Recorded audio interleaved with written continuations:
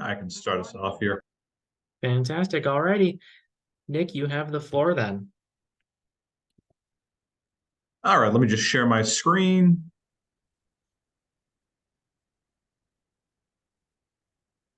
Chị đoàn hộp ạ.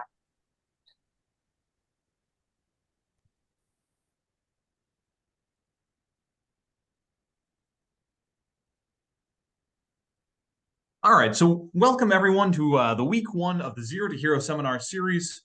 It's going to be presented between me and Benjamin here. And before we really get started in any capacity, I would just like to establish that you do not need to be a cybersecurity student in order to be here. If you are architecture or mathematics or chemical engineering, you are in 100% the target audience for the people we want here. This is not meant to replace or emulate a classroom. It's supposed to be a practice environment to get people into cybersecurity competitions. Cybersecurity competitions are a lot of fun. They're a great opportunity to meet new people, work in teams, build up some new skills and things you might not have tried. And there's a whole variety of cybersecurity competitions out there. The picture we got up there is of the CCDC, an old IIT team that went. That is a defensive competition. You're given like 9 computers and told to defend them against a team of professional pen testers for a few hours, like 8 hours. But there are also a lot of other kinds and varieties of competitions. There's offensive competitions as well as defensive. There's post-exploitation competitions that involve recovery and remediation and analysis. There's competitions that are sort of in between offense and defense, sometimes termed King of the Hill, in which you are meant to take control of a computer and then defend it against other teams that are also trying to take control of that computer. So, it's not meant to give anyone a 100%, you are expected to be here and we will bring you here. It's a practice environment to get people interested, capable, enjoying cybersecurity competitions. It's a great hobby and you should totally do them. Now, as I said, it's going to be alternating between offensive seminars and defensive seminars. To talk about the defensive seminars here, it's going to be focused on this idea of if you can build it, you can defend it. We're going to be building out a small network, piece by piece, computer by computer, analyzing what do certain servers do, what are some common attacks against them, how would we try and defend against them, keep a watch on them, and what would we do after they happened. It's all going to be in what's known as Linux, which, if you don't know, that's all right. It's an alternative operating system, so sort of like Windows or Mac OS or iOS. Linux is a free open source operating system that has been specially tooled to all sorts of different use cases, from servers to firewalls to penetration testing. And the offense would be, it'll alternate with offense under Ben. So if you want to speak to that. Hello. Yeah. So for the offense schedule, we haven't yet totally decided that. It's really, so right now you guys can see, we're going to start with reconnaissance, which is basically, if you're given a computer you want to hack, just finding out as much information as you can about it. That's basically what reconnaissance is.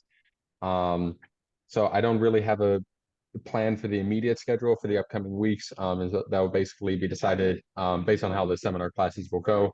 But yeah.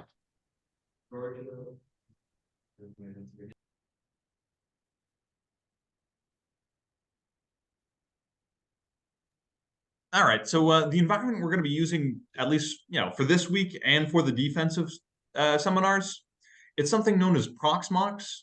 Now, this virtualizes a series of computers. So, as you might have seen it if you've already signed up for the service and started your machines, but it essentially allows you to make use of a computer that isn't actually there. So instead of having to pay for 2 laptops, a firewall for each and every participant, we just all have this running on a server in the electrical engineering department. Now, this first week, we're just going to be conducting a very basic attack. It's really more to understand how to use Proxmox and the Linux command line, which David will be talking about a little bit more later. The attacking machine is running what's known as Kali Linux, with the defending machine running Ubuntu Linux. Linux, because it's been specially tooled to all these different sort of use cases, it has a lot of what's known as distros or distributions. Each of those run by a different name, but some of the famous ones, Kali and Ubuntu, as we've talked about. There's Mint OS, which is meant to replicate an easy desktop experience. There's pfSense, which is meant to be a firewall and routing machine. There's Tails OS, which is meant to forget literally everything you do on the operating system. There's many out there. I'd highly encourage you just to look at a couple of them if you want. Look up random Linux distributions. There are some pretty interesting ones. Some of them are interesting because they do cool things like pfSense or Kali, and some of them are interesting because, like Red Star OS, which is the North Korean state Linux distribution, it's just a weird artifact of a strange use case. And just after this seminar is done, if you're watching this online after you finish up with it, please just delete your environments just so we can keep everything clean, keep everything normal, and because we aren't really planning on using this specific environment again after week 1.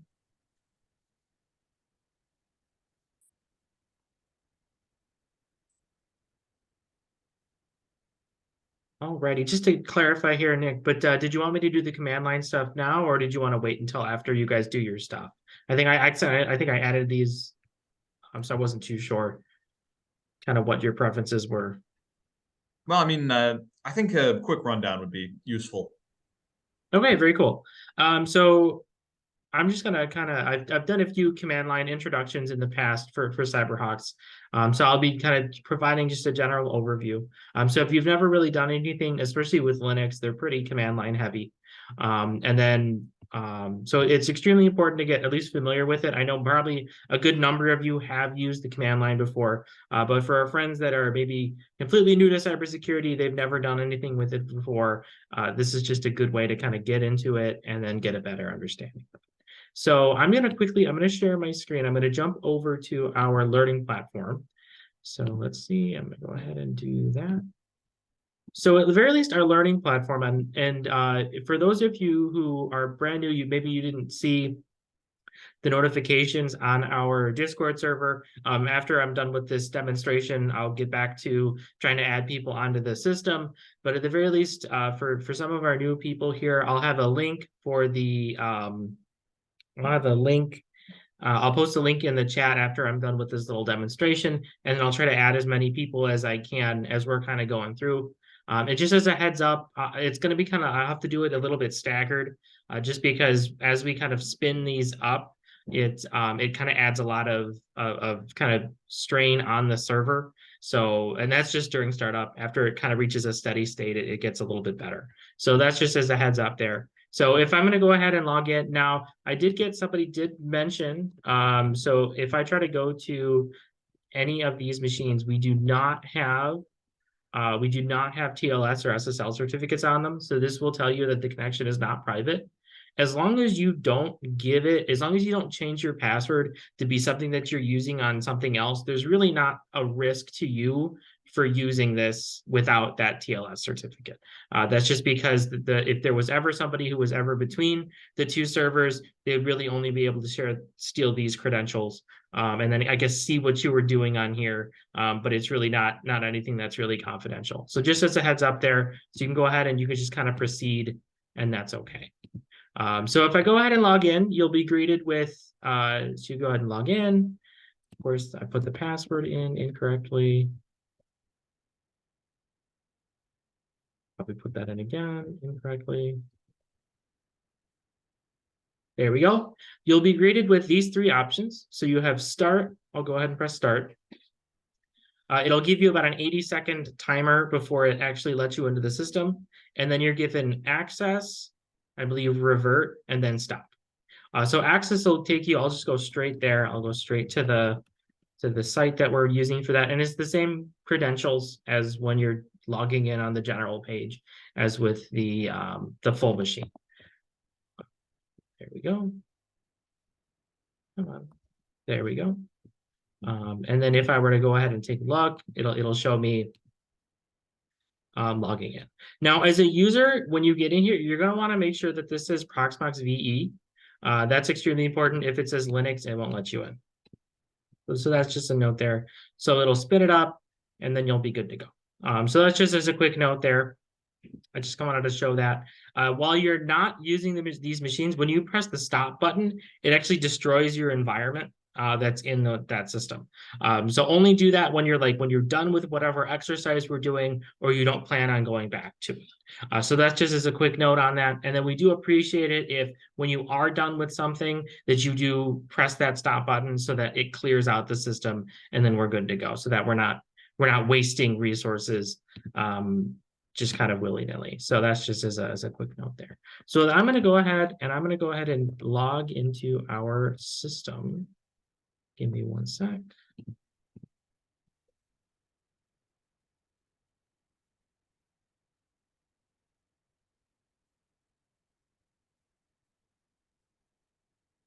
Give me 1 sec. Okay. Alrighty, cool. So if I go ahead and jump open another window, there we go. So I'm already logged in. Sometimes you'll see this no valid subscription, just press OK. It doesn't really matter. Most of your machines, and I guess there's a little, most of your machines are going to be on this 222.3 machine. So double click on it. It'll pop down these two machines. And these are the two that we're going to be using today for the seminar. And these will, like Nick said, these will be changing over time. We'll add, we'll subtract, we'll kind of expand this network as we go along. So if I go ahead and double click on the attacker, and actually that's not going to show you all, so I'm going to have to change the screen again. So if I go ahead and pop that open, we're left with the Kali Linux machine. So if I go ahead and use bad guy, those are your credentials for it. That'll get you into the system. And you're just left with this lovely Kali Linux machine. So we haven't really made too many changes to it. You do have access to the internet. So if I go ahead and I press this button up here with Firefox, it'll go ahead and open up our own little Firefox. If I go ahead and press up here, that'll open up a terminal, and that's what we'll be doing a good amount of the command line intro today. So if I go ahead and try to download something, so for instance, if we're doing something where we need to download something from GitHub, we have access to that Google, and we can do whatever research we need, whatever downloading we need. So that's just as a quick heads up. So at the very least, in terms of our command line, so I made some slides for it. Those will mainly just be for people who kind of want to review them later. I'm just going to go off the script there on those just to kind of, rather than flip back and forth. I know that can be a little bit distracting sometimes. So I'll just kind of get right into it.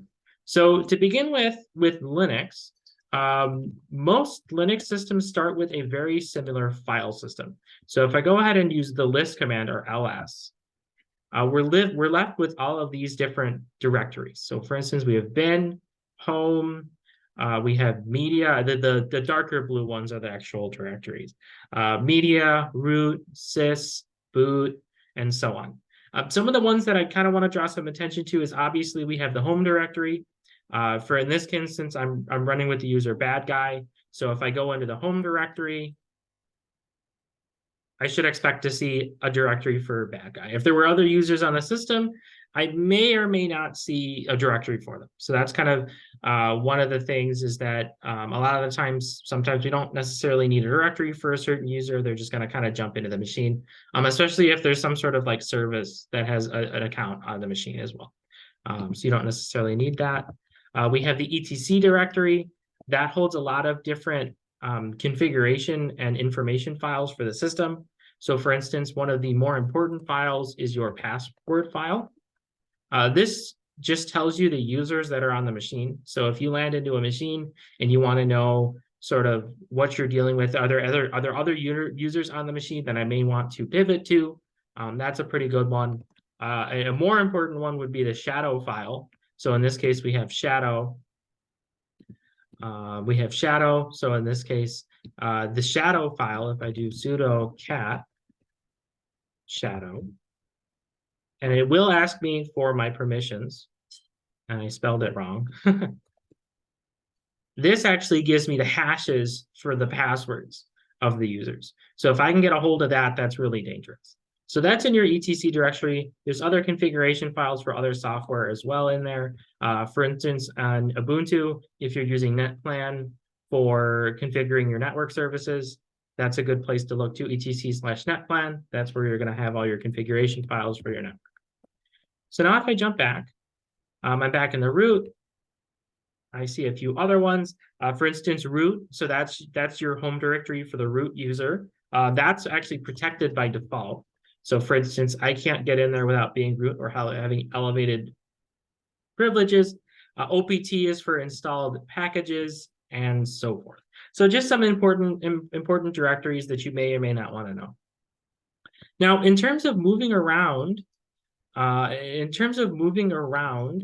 the file system, there's two commands. So you've seen me use this CD or this change directory command. If I give it a directory name, it shoots me into that directory. If I then use list, which is the ls command that I've been using, I see what's in there. Additionally, if I do cd ... I move back a directory. And I can actually chain this. So if I want to go to home bad guy, now I am back where I saw my desktop, my documents, my downloads, and so forth. And I then can further chain these ... as well. So, and then that's one of the things that we may use later as well for certain exploits, is I can keep going with this. So I can go as many times as I want. So I can maybe go like 1,000 times, and I'll still end up just right back at the root directory. So for instance, if I'm on like a web server and I don't know how many files in that web page is, I just keep adding those, and I can eventually make my way back to root. And maybe I want to print out the etc shadow file. I want to see what their hashes are. I can chain it all like that, and then go etc, and I'm in the etc directory. So that's just one of the fun things that you can do. Another useful command, especially for like offensive security, is pwd, or print working directory. So sometimes you end up in a shell where you don't get to see this nice, lovely, I know exactly what directory I'm in, I know exactly what user I am. The pwd is going to tell me where I am. So that's just a useful one. And then another good one is who am I? It tells me what user I am. So in this case, it says bad guy. So that's just a few of just like kind of moving around, how to move around in the file system, some fun stuff with that. So I'm just going to go ahead and just as a note, this little tilde guy, he just brings you back to your home directory. So in this instance, I'm back with this fun stuff. Now, another thing that's important is using and dealing with files. So I'm going to go ahead and I'm going to use the touch command. So touch goes ahead and it creates an empty file. So in this case, I'm going to use touch and then just test.txt. And actually, I'm going to remove it. So rm is removed. I don't like where I am right now, so I'm going to put it in documents. So now I'm going to touch test.text. If I were to use cat, so cat is used to open files. I believe it's short for concatenate. And I believe you can actually kind of concatenate multiple files together. In this case, they're both empty, so that really didn't do anything. But the cat reads open the file. If I wanted to very quickly throw something in there, I can use what's known as a redirect, or the caret. So if I want to say, hi, Nick, and I want to throw it in that test file, I can use the redirect operator. Oops. Apparently, it's not happy with the exclamation point. It didn't like the exclamation point. Sorry, Nick, it's not extremely happy. So I used the redirect there, test.txt, and now it says, hiya, Nick. If I wanted to like further say like, hiya, Ben, but I didn't want to delete that file, I can use two carets. And then now it says, hiya, Ben. So it says both of them now. So you can use the double carets to kind of append onto it. So sometimes it's useful as well. So we know cat. You can also use head. So head is good because it allows you to see the top of a file. So for instance, if it's really long, so sometimes especially when you're doing configuration files, you're dealing with code. Sometimes you just want to see the very top, or other times I just want to see the very bottom. I can use tail. Tail is the very bottom of the file. These are really bad examples just because there's literally two lines. But I can also tell it how many lines it wants with -n. So in this case, I only want one line. So head n-1 test, and it gives me just the first one. And then tail n-1 test. And so then it gives me the last. Some other useful commands are the tr, it's called so we went through piping, we went through opening files, then we can do what's called as piping. So I can use this little, if you use the, if you shift with the, I believe it's the backslash, so right above enter. So for instance, if I cat test.txt and I use this operator, it's called it pipes the output to the next command. So for instance, I'm reading open the file, I use the pipe operator, and now I can do fun stuff with it. So one of the good ones is grep. So grep is a good quick finding. I want to find something. Let's say that I'm doing something with a log file and I want to know what did somebody with this IP address do? So for instance, in this case, I want to see what Nick did. So in this case, grep Nick. It goes ahead and it finds the line that has Nick in it and it prints it back out for me. So in this case, it says, hiya, Nick, and it's nice, it's lovely. It goes ahead and highlights that for me. So really happy for that. I can also do that with Ben. So do it with Ben, or I could do it with hiya. And it gives me those two lovely lines. Other fun stuff that we can do with this piping operator, or I can use this tr command. The tr command allows me to replace a character in that file, or in that output, I should say, because sometimes it's not always a file. So in this case, let's say I want to replace, let's replace the space. I don't know. Let's replace let's replace the space with a comma. And it goes ahead and does that. So you see here, hiya, comma, Nick, hiya, comma, Ben, instead of that other one. Another good one is the, I'm forgetting what the name of the command is. Let me see. There was another one. There's a good one for cut. There we go. The cut is a good one because cut allows me to break it up based on certain delimiters. That's a fun word to say. So I do cut-d. In this case, it's back. It's still, so like if I were to open it up again, it's still what it was before. So the spaces are still there. So if I do cut-d space -f, and then I can pick which field I pick from. So in this case, if I do -f1, I get hiya. If I do 2, I get the names. I get Nick and Ben. So that can be useful if I'm dealing with certain output. Let's say that I'm like looking at like what ports are open, like netstat, PNLTU. In this case, there's literally nothing listening on the machine. But as you can see here, I get information regarding different ports that are open. So for instance, I could take this output, I could cut it based on, I'm going to guess that it's, I don't think it's a space. I think it's a tab. Okay, that did not work. Let's see. That did not help. All right, maybe I'm doing something wrong with that one. Maybe there's something weird with my output on that one. But in theory, as you can see, like the way that that file or the way that that output is that it gives it in nice columns. So I can use that cut command to very easily kind of break that up. And give me one sec. Sorry, thanks everybody. Thanks for handling those questions there, Nick and Ben. So there's your cut, there's your TR. I'm trying to think, what else did I have? Let's see, let's go back to the slides. Like I said, let's see, where did my slides go? I've got so many windows open. Give me one sec, and let's see what else I have. Oh, I completely forgot. So if I go ahead, give me one sec. There we go.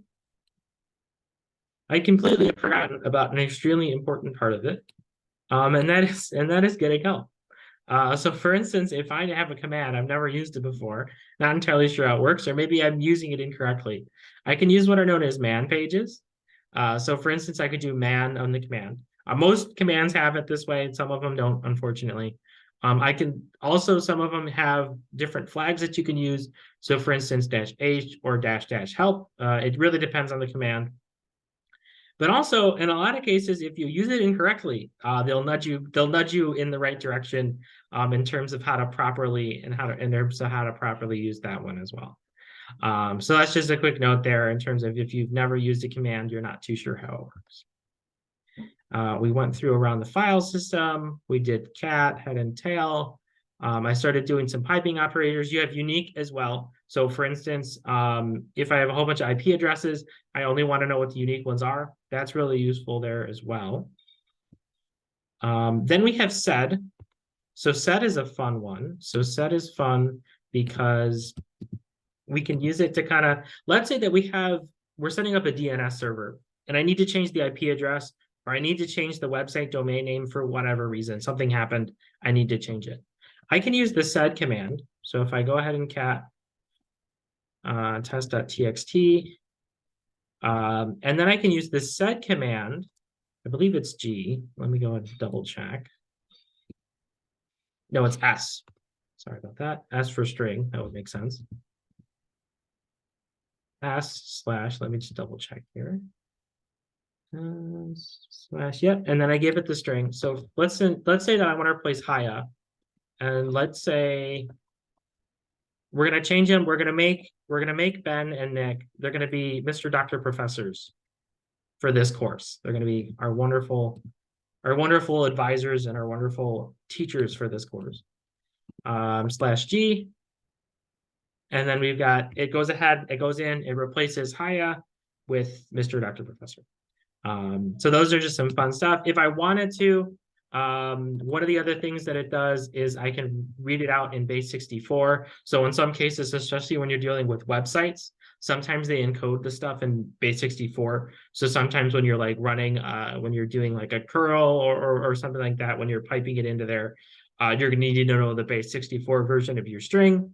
I can also decode it. So if I, it's kind of funny, I can pipe it into base 64 and then base 64-decode, and I get back to where I was. So that was a completely useless operation, but it was just a good kind of demonstration in terms of like showing, hey, how can we use that piping, I guess, to run two of the same command.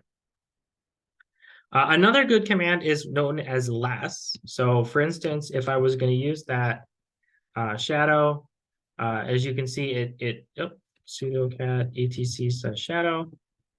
As you can see, I need to scroll. So in some cases, on certain machines, you don't have that option. It's just literally just the command line.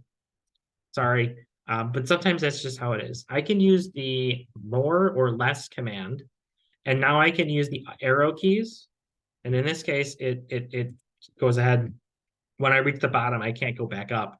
But I can use the lovely arrow keys to scroll through it.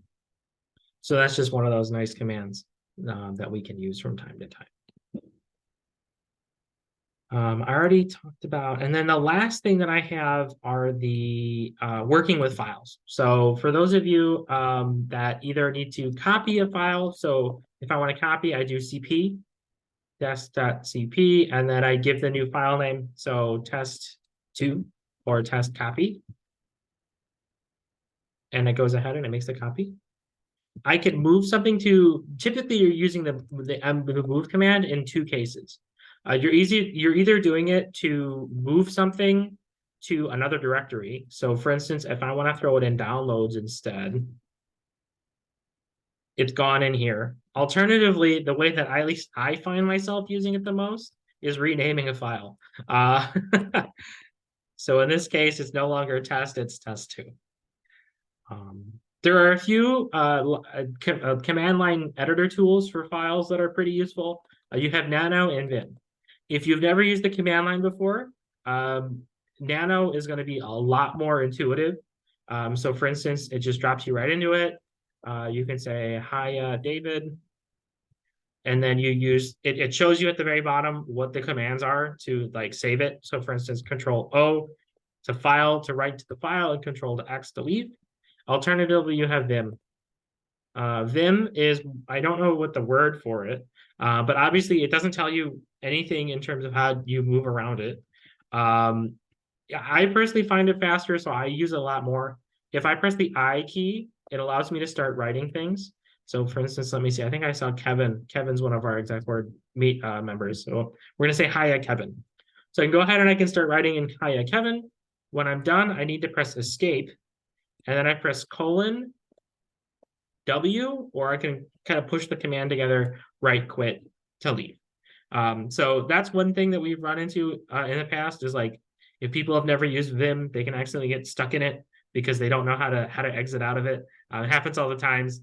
So don't feel bad if it ever happens to you. We've all been there. But that's just one thing, just as a note there. But yeah, I believe that's everything that I have. I guess in the interest of time, I can answer like 5 or like not 5. I can answer questions for maybe like 5 minutes here if people have questions. I know I ran really, really fast. So if you missed anything or you want to go back through something, we will release the recordings and you're welcome to take a look at those. But any questions that I can kind of answer about the command line, I guess. Or I guess in this case, if there's any other questions for the, I guess, the environment as well.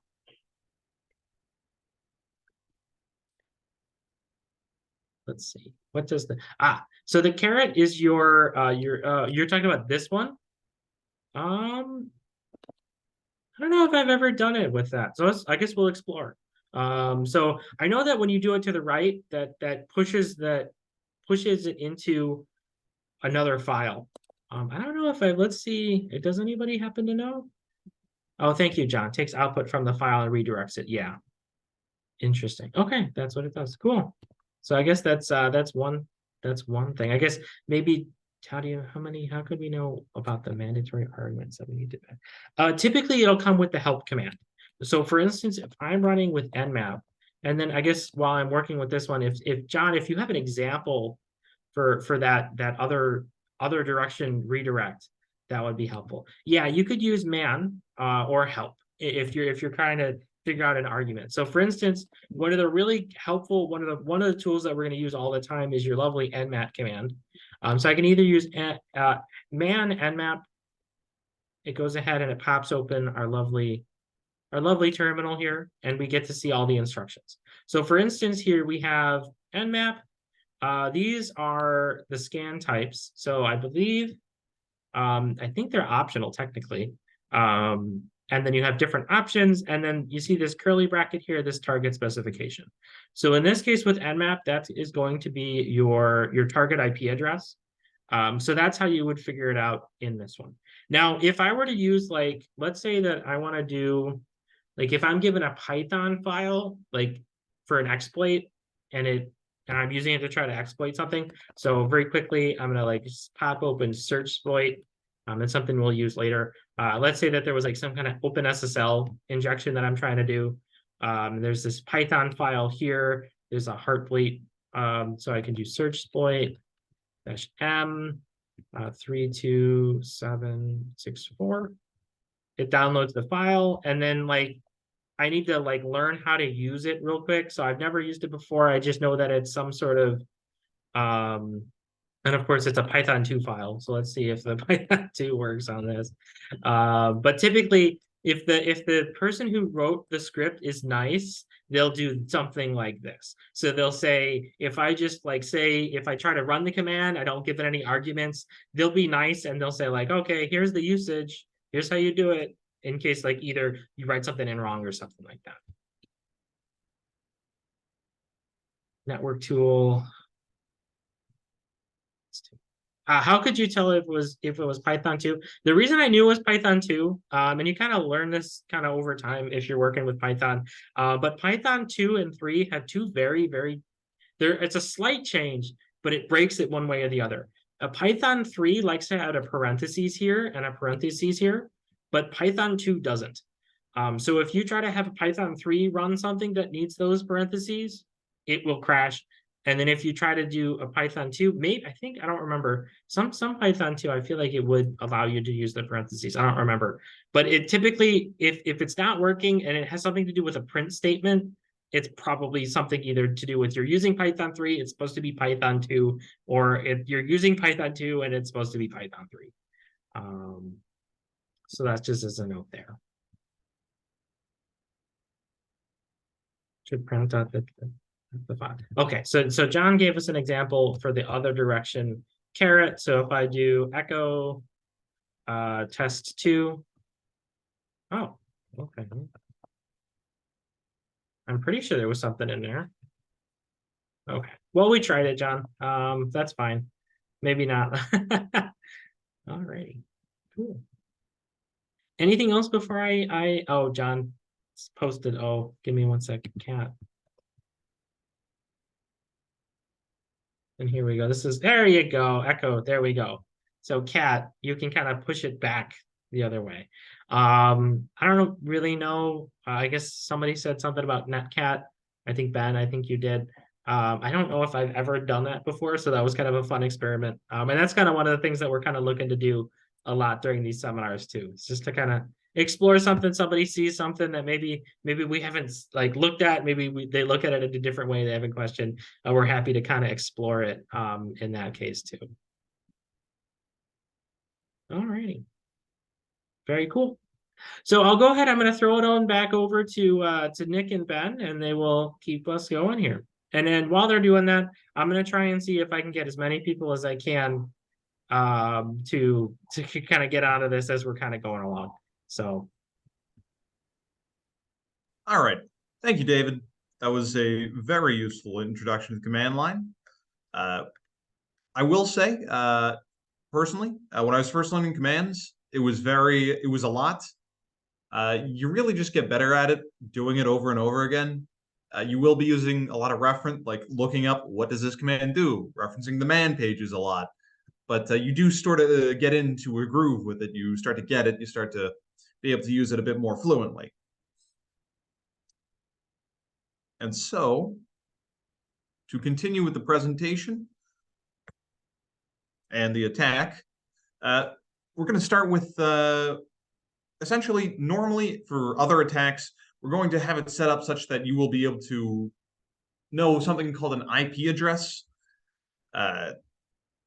of the machine you're attacking, or find it out without having to, what we're going to do today, which is just going to be log in and figure that out. So in order to do that, just log into the target machine. Sorry, let me share my screen here.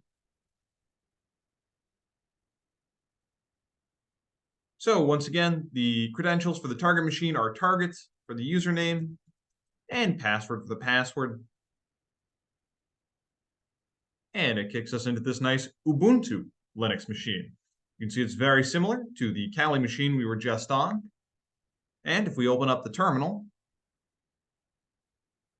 we can either do that by right-clicking on the desktop and open in terminal. You'll notice we're put into that desktop folder. If we want to go anywhere else, again, we can just cd. In this case, we cd home to the tilde. But the command we'd like to run to figure out the IP address of the machine is just going to be IP-A. IP, it's a sort of a NetTools package in most modern Linux distributions. A just stands for address. It gives you the address of the machine. You can find it right here, inet 10.0.10.2. For a little bit more on what IP is and how we're going to be using it, Ben has a few words to say, so I will let him take over there.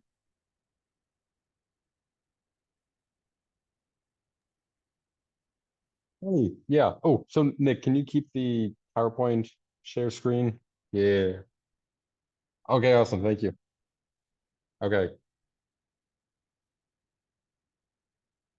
Okay, cool, cool, cool. All right, I know that's a lot of text, but yeah, so basically, right now I'm just going to go into a very quick introduction to IP addresses and ports. And so basically what IP addresses and ports are, they're very related and very like one of the main fundamental things about computer networking. And they're a big part of how computers can communicate with other computers. And so I'll just start with the IP address. What is an IP address? An IP address is basically a way of locating computers on the internet. And a way I like to describe it, or like use an analogy, is it's like a mailing address, right? If I want to say send a postcard to like a friend for like, happy birthday, I'm going to need to know their address, right? So I can get my postcard from where my house is to where their house is, right? And so that's the same thing with an IP address. Every computer that's connected to the internet has a series of, has something called an IP address, and that's basically a way of being able to identify a computer and communicate with them.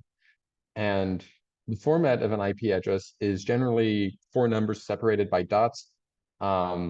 Each number on there's a number from 0 to 255. So an example of one, I'll just type it in the chat, could be like one very classic one, I think is, let's type that in, 192.168.01. There's also things like 10.10.10.10. Those are, very well-known IP addresses. And so those are just some examples. You don't need to know the specifics of what those mean yet.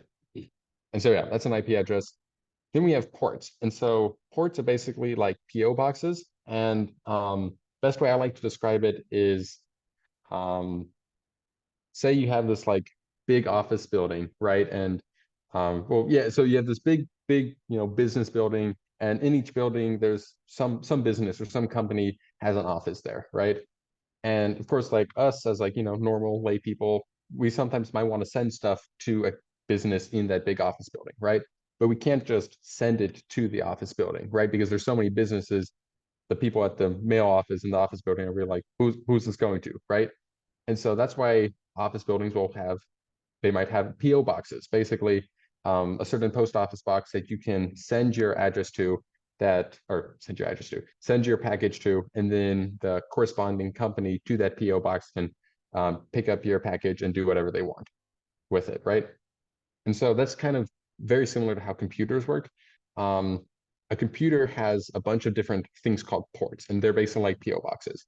In total, there are about like 65,500 ports. And basically what a port is there is, or this way to describe it. So different services services, I know that's not necessarily sure what that means yet. It's generally a special type of program that is basically listening on a port for some sort of connection from another computer. And so that's where you'll get the terms open port and closed port. An open port is basically a port that a service or a program is listening on. A closed port is a port that no service is listening on. And a very common example of this that's used very often is, visiting websites on the web browser, right? So it's not like they're like websites like Google, Wikipedia, IET.edu. It's not like they exist somewhere in the clouds, and somehow a web browser magically connects to it, right? Each of those are stored on a computer that serves or that has a web server running, and it allows us to be able to get the HTML pages that is Google or Wikipedia. Basically gives the code behind the web page. And so the way that works is when we go into our browser and we type something like google.com, what our web browser will do is it will find the IP address related to google.com, and then it's going to connect to a certain port called port 80. And that's a very common port for looking for websites. And so it will go to the IP address, send your request for google.com to port 80, and then the web server with Google will return back google.com, basically. And so that's kind of the way it works. Yeah, so does anyone have any questions? I know that was a little quick, but yeah, any questions? Or numbers given? What do you mean by a certain standard?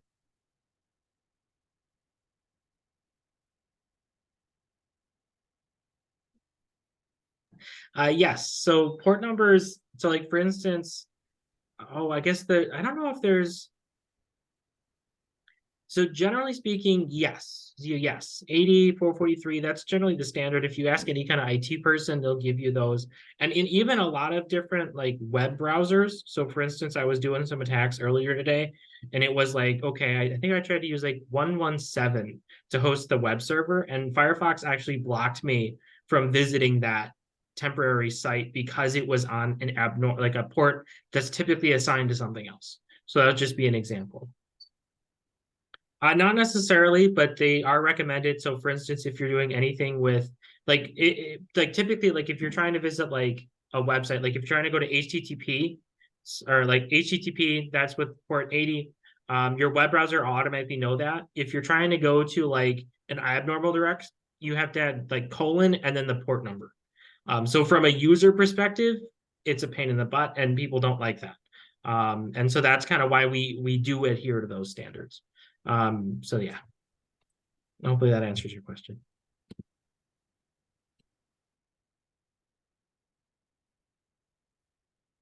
Are there any other questions before we move on? I know we're getting a little short on time. John ones. Okay.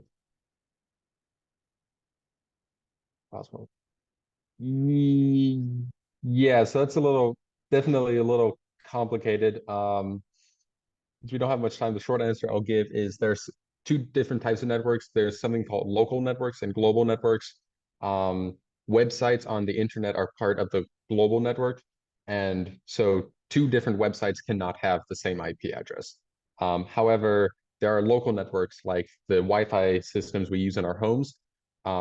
My IP address, my device in my Wi-Fi at home might have the same IP address as, say, Nick's device at his IP address at home. But if they're on the same network, they cannot have the same IP address. And in fact, that's sort of a fix.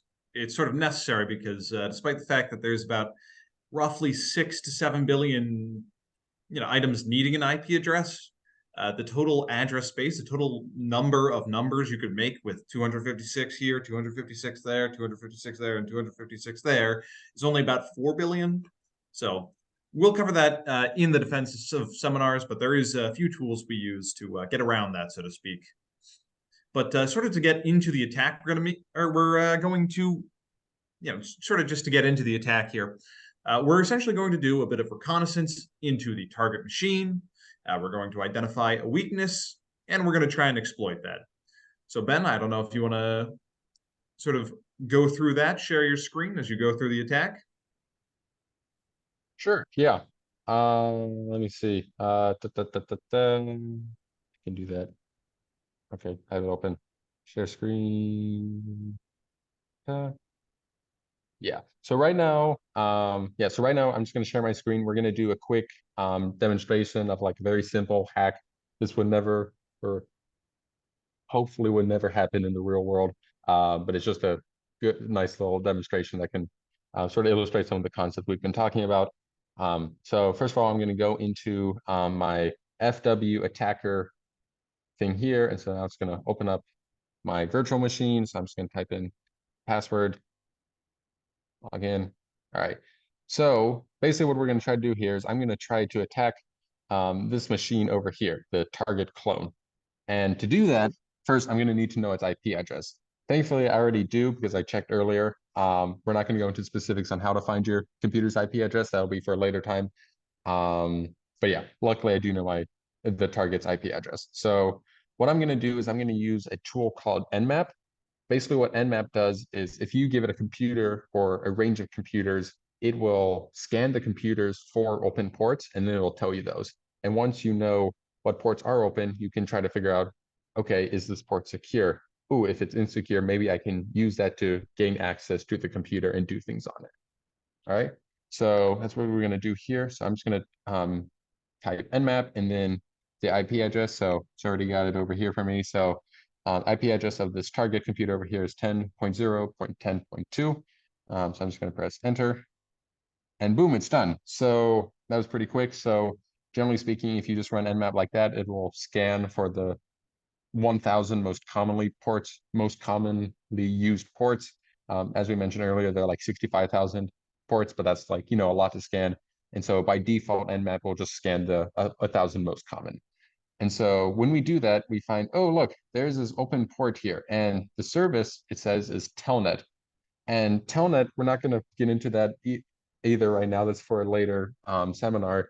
But basically, it's a way of, it's a program or like a software service tool, whatever, that computers can use to connect to each other. And so what I'm going to do is I'm just going to check out what this Telnet thing is, see if there's anything interesting. And so thankfully, Kali Linux, this virtual OS machine that I'm using, has a tool called Telnet that you can use to connect to other computers hosting a Telnet connection. And so that's what I'm going to do here. So I'm just going to type in the IP address of the target computer. So 10.0.10.2, just going to press enter.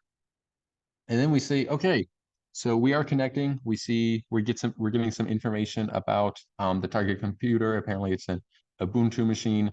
And then it's asking for a login. And so generally this is probably going to be some sort of username. In this case, a very common username is probably going to be an administrator account. So we can say something like admin or administrator. I'm just going to try admin. And then it's asking us for a password. So generally something I like to try is, just press enter, see if you can get in with no password. Okay, they're not letting us get in with no password. So I'm going to try admin again, and I'm going to try in another password. It's commonly used. I'm going to try the password. No, let me in. Oh yeah, also you guys will not be able to see the password I'm typing in. This is a security feature of like Linux terminals. Whenever you're typing in a password, they're going to hide it. You're still typing it out, but you just won't be able to see it. Man, okay, my login timed out. I'll just do that again. But yeah, so I'm gonna do admin. Okay, apparently pressing backspace causes that weird character. I'm just gonna exit out of this thing using just gonna exit out of this. Wait, is it quit? Okay, great. I'm gonna try that again. Sorry guys. 0.10.2. Okay, admin. I'm gonna try the password let me in. That's one common one.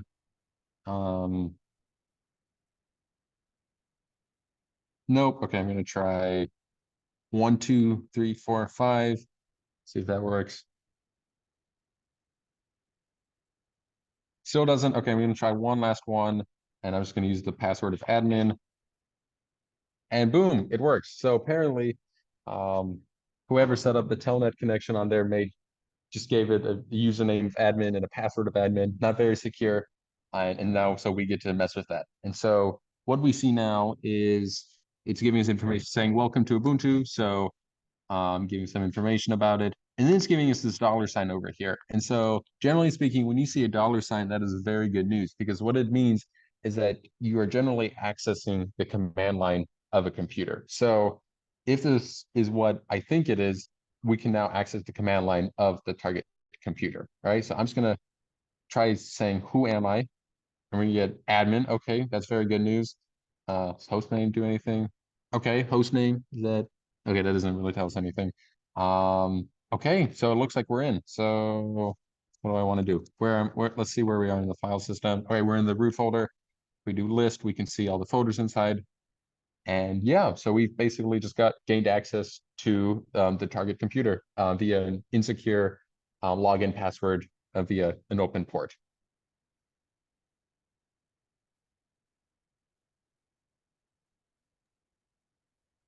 Does anyone have any Luckily. questions about that or comments or anything?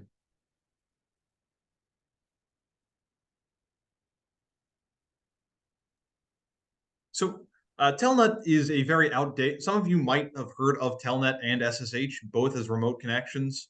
Telnet is very out of date. It's insecure, unencrypted. You really wouldn't use it in any modern context, except like I'm maybe testing mailboxes. But it lacks a lot of security features that SSH has. And so you wouldn't really use it. We basically just use it for the introductory session here to get people to understand how to use Proxmox and the basics of the Linux command line.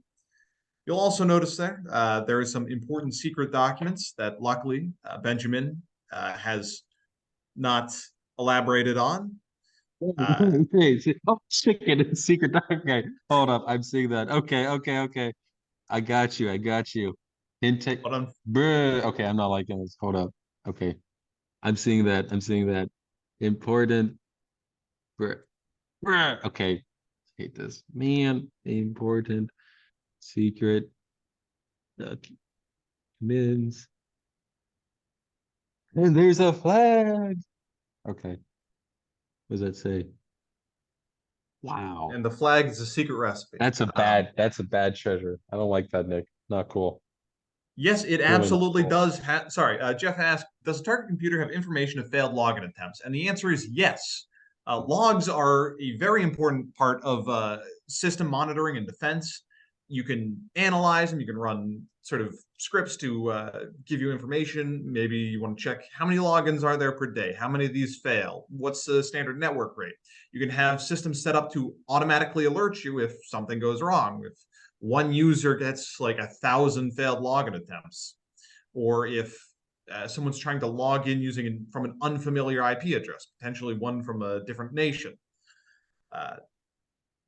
And sort of as John threw in the chat there, it'd be in the /var/log/auth.log to find failed login attempts.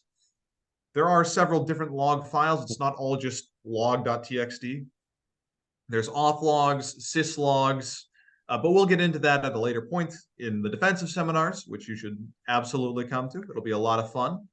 But you might be wondering, how would we, as the pancake shop who has just had our secret recipe blown open and our way of life probably destroyed forever, how would we secure that? And so just in the final 4 minutes, I'd like to really quickly go over a few things we can do. Number one would just be not using an insecure port, or not using an insecure service like Telnet in an open fashion with an admin username. So Benjamin, if you wouldn't mind stopping sharing the screen. Unfortunately, I can't take it over from you. Oh, no, you're good. Absolutely.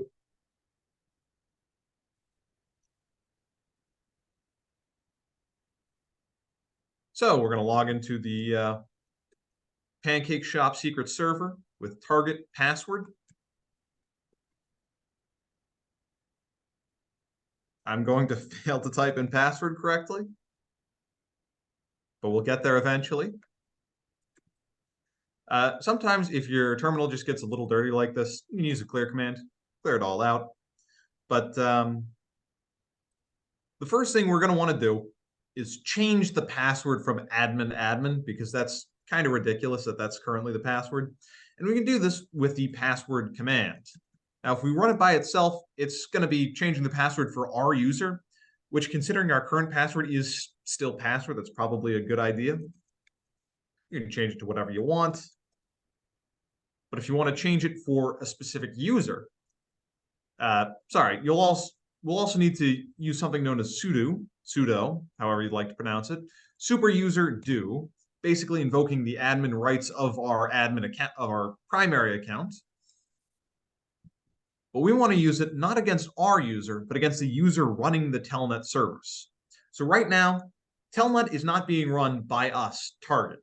It's being run by a second user account that's been put on the system called admin. So if we sudo password admin, password for target, this is first to invoke our admin credentials. And then we come up with a new password for the admin account.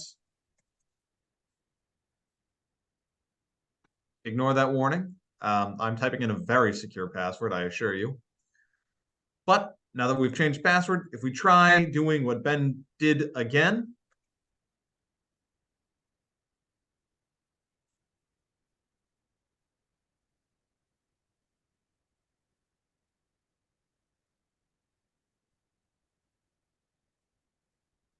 and we tried using admin,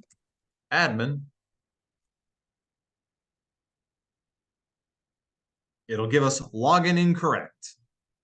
We have successfully stopped the most basic kinds of attacks that would just be guessing passwords. But there's a lot of other things we can do and that we will cover. Unfortunately, it's 8:59 right now. I know that's the end of our time. But we can go into more detail on what we are going to be doing in the defensive seminars. Those are going to start up next week. The alternating schedule is going to start with me and building out a DNS server, firstly, using Bind9, a Linux DNS service.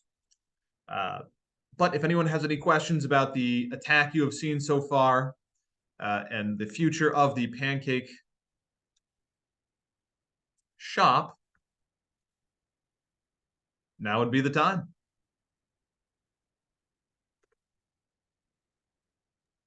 I'd also like to show this off very quickly. Yes, over the wire. Yes, yeah. So just if anyone's typing in any questions, go ahead, keep doing that. But this is a fantastic resource. The Over the Wire Bandit Labs specifically.